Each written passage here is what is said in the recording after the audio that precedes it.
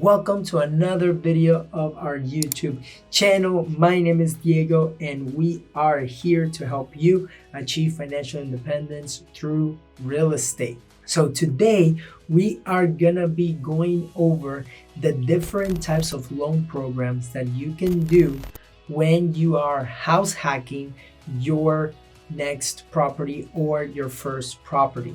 We're going to go a little bit over what house hacking means, but also the 4 different types of loans that you can qualify for that are owner-occupant loans that you can do so that you put less money down than a regular investment property, which can typically be between 20 to 25% down. So let's get started. In real estate, a couple of conversations that I get from people is that they believe that they need a lot for down payment, that 20 or 25% to start investing in real estate, but that is not true. If you are going to be buying a property and you're okay turning it into a rental, let's say you can buy a duplex where you live on one side, rent out the other. You can do this with a triplex or quadplex, or you can rent out the rooms while you live in the master bedroom, or you can live in the basement or in the main house while you rent out the basement and so forth.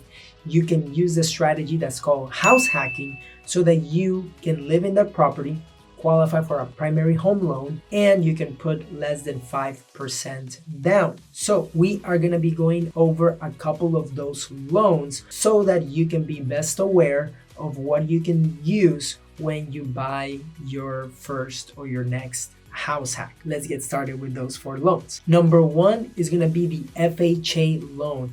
FHA is going to be a loan that you can put minimum 3.5% down. 3.5% down, it will be, the mortgage payment will consist of the PITI, principal, interest, taxes, and insurance, but you also gonna be paying what they call, it's a premium on FHA. It's either the MIP or the PMI, and it goes, if you're putting less than 20% down, this is what it will be, an extra expense so that the bank can make sure that they get their money and their collateral is more secure. It's an extra insurance. Remember that if you're putting 3.5% down, that PMI with an FHA loan, I believe it stays throughout the whole duration of the loan. So this is something that's very important, but you can use this to buy a duplex, triplex, quadplex, or a house. 3.5% down. The other loan is going to be a conventional loan. Right now, there are options to buy putting 3 to 5% down,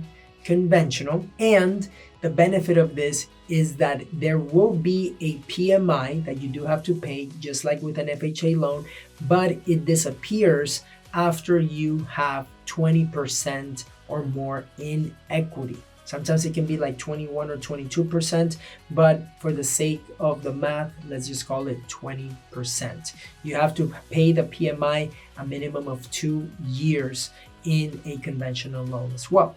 If you already own a house right now that is a conventional loan that maybe you bought 3 or 4 years ago and you never called the mortgage broker, the mortgage company, and ask them to take out the PMI or to see if you have more than 20% equity on that deal, do that right now. And you can share this video with others, that if you're able to do that and you're able to remove your PMI, share this with other people too, because this is something that's very informational and that some people don't know. So you can remove your PMI after a certain time. With a conventional loan, you can buy a house, like a regular home, or again, a small multifamily under 4 units with 5% down and sometimes 3%, depending on your credit score. Remember that your credit score will also determine what kind of interest rate you will get on a home. Keep that in mind. The other loan programs are the VA, Veterans Affairs Loan Program, and that one is going to allow you to put 0 money down. 0 money down is amazing because all you have to do is you will have to pay a funding fee. They do have a funding fee in an FHA as well, just to let you know. But in the VA loan, there will be a funding fee that I believe is 0.5% of the loan. And you can buy a home putting 0 money down. This is great because if you qualify for it, and I know that some of the veterans can qualify also for some disability, which means that you don't have to pay as much in property taxes. Thank you for your service, by the way, if you're a veteran. This will allow you to keep more money in your pocket. You can qualify for even higher if you want, if you don't have to pay as much in property taxes. But the cool part is that you can get into a home by signing some documents. Of course, you have to run the numbers, but you can put zero money down.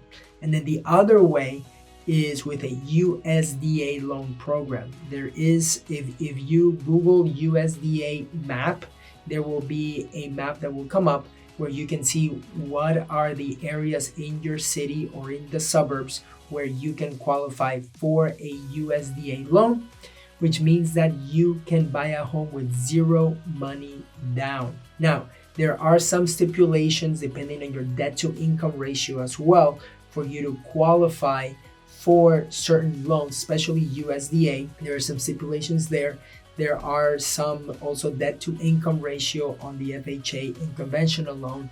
But the main thing here is that in the FHA, and I believe that they started doing now on the conventional loan as well, they do count the income that can come from the sides. If you buy a small multifamily, they will count that towards income that you will be making, thus allowing you to qualify for a little bit higher and or just give you a better percentage because you will be able to report more income. Let's say that you're making $5,000 a month from your job. Now let's say that the bank will use, okay, you're making 5,000 and this rent that you're making from one of the sides is $1,250.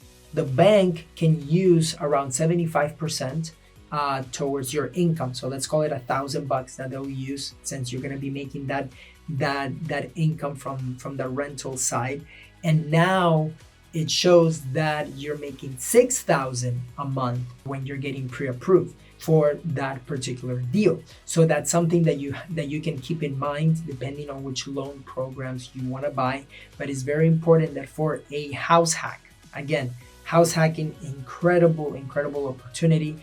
I used the house hacking strategy when I bought my first home at age 23 or at age 24, sorry. And using that house hacking strategy allowed me to then later live below my means, use that equity, and now fast forward years later, I have a line of credit from that property as well.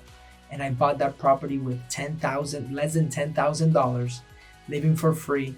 That rental paid for my car payment too. And I bought that property putting 5% down. It is here in North Austin in the Pflugerville area. If you have any questions on buying your next house hack or owner occupant loans, send me a message through a DM in Instagram at Real Diego Corzo. You can also go to the website defyinvestors.com to learn more on how you can schedule a call with me and my team and how we can walk you through your next house hack or your first house hack and these owner occupant loans. And if you want to learn more about our community, you can subscribe for free $99, completely free, our school community where we'll give you fresh content every week. You can subscribe at the link below, and we'll see you on the next video. If you found this helpful, again, share it with somebody else. Send me a tag if you share this on Instagram, and I'll send you a personalized video as well. Take care.